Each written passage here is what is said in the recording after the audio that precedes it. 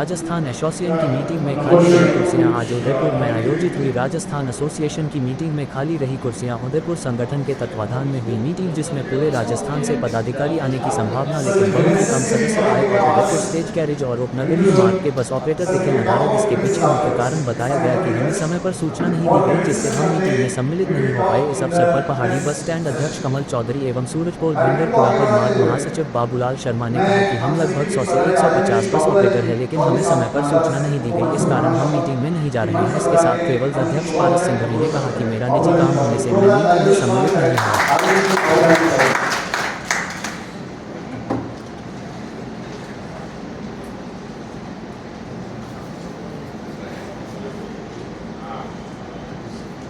मंथन 2025 एकता संवाद मिलन के आयोजन करता उदयपुर टूरिस्ट बस सोसाइटी तो हम हृदय से आभार व्यक्त करते हैं कि आपने हमें एक अच्छा मिलने का, संवाद करने का, मिलन का एक प्लेटफॉर्म मुहैया करना है। बहुत बहुत हृदय से Shrinath private bus owner society, private bus owner society और राजस्थान की तरफ से इस मेवाड़ की धरा, भागड़ की धरा पर आप सभी सम्मानित अतिथियों का, बधाई हुई आगंतुकों का, सज्जनों का हृदय से हार्दिक अभिनंदन, स्वागत करता हूँ। हमारे साथ है आज कमल चौधरी, जो पहाड़ी बस स्टैंड से ग्रामीण बस रूट के अध्यक्ष। नमस्कार विकास।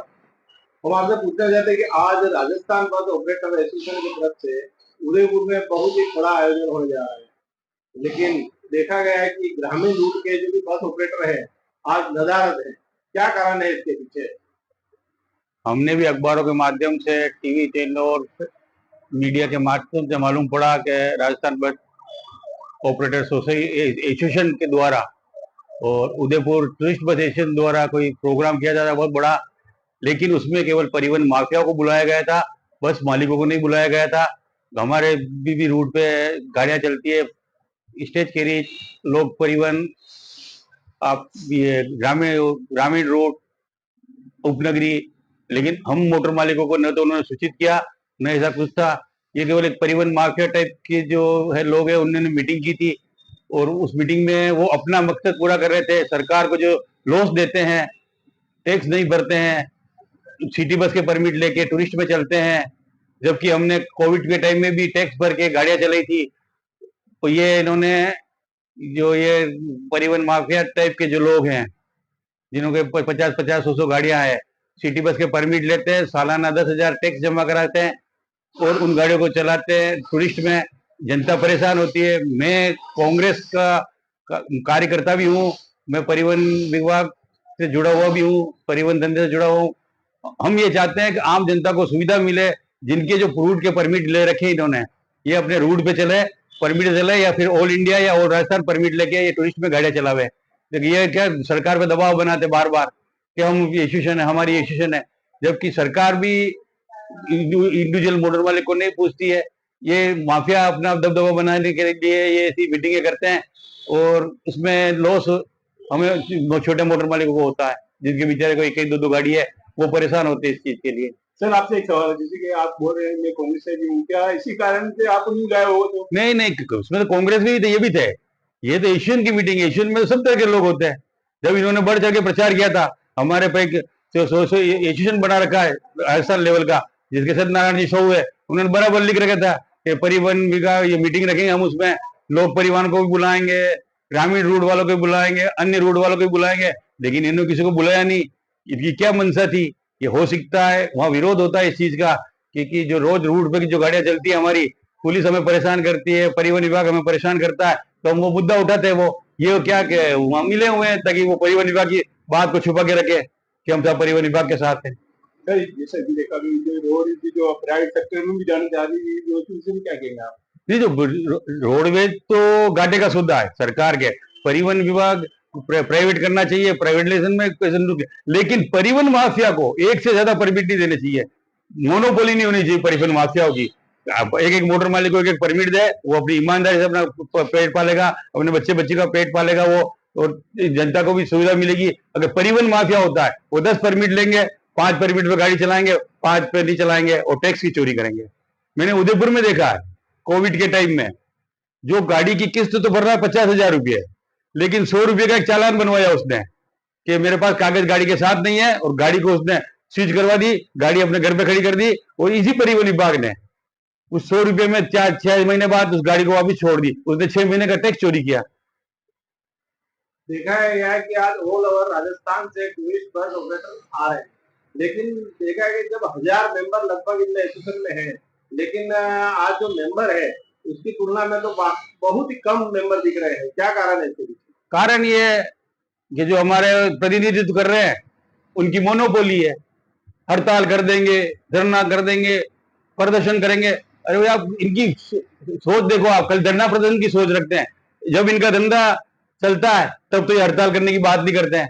जैसे ही सीजन कम होता है और हड़ताल कर देते हैं, उससे लॉस किसको होता है?